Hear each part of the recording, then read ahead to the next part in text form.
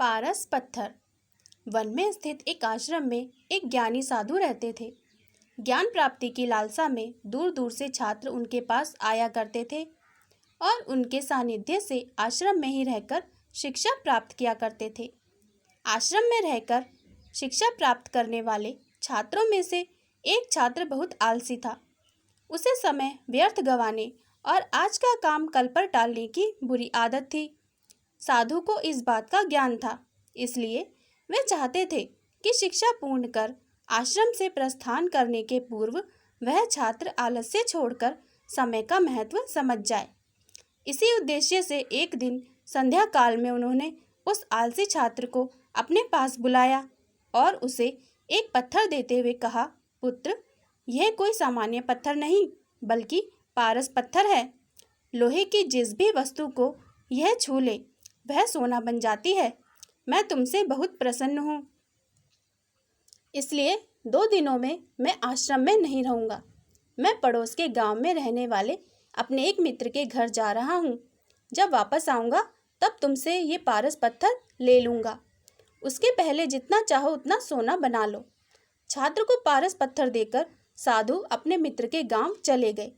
इधर छात्र अपने हाथ में पारस पत्थर देख बड़ा प्रसन्न हुआ। उसने सोचा कि इसके द्वारा मैं इतना सोना बना लूँगा कि मुझे जीवन भर काम करने की आवश्यकता नहीं रहेगी और मैं आनंदपूर्वक अपना जीवन व्यतीत कर पाऊँगा। उसके पास 2 दिन थे। उसने सोचा कि अभी तो पूरे 2 दिन शेष हैं।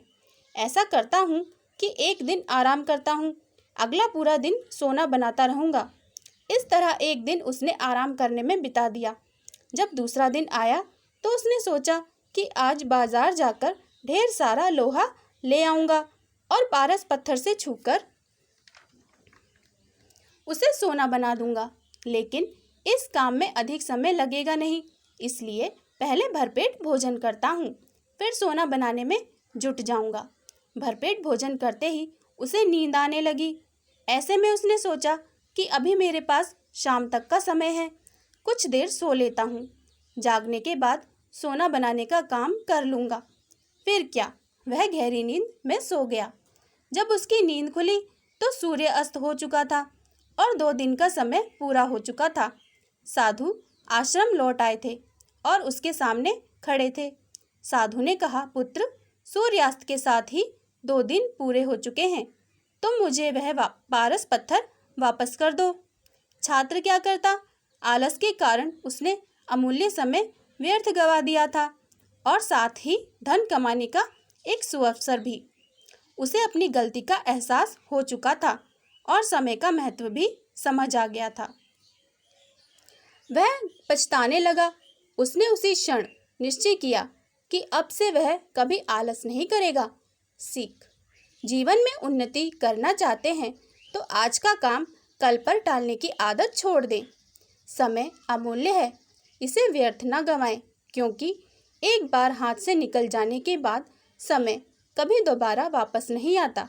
कहानी पसंद आई हो तो प्लीज़ चैनल को सब्सक्राइब ज़रूर करें। धन्यवाद।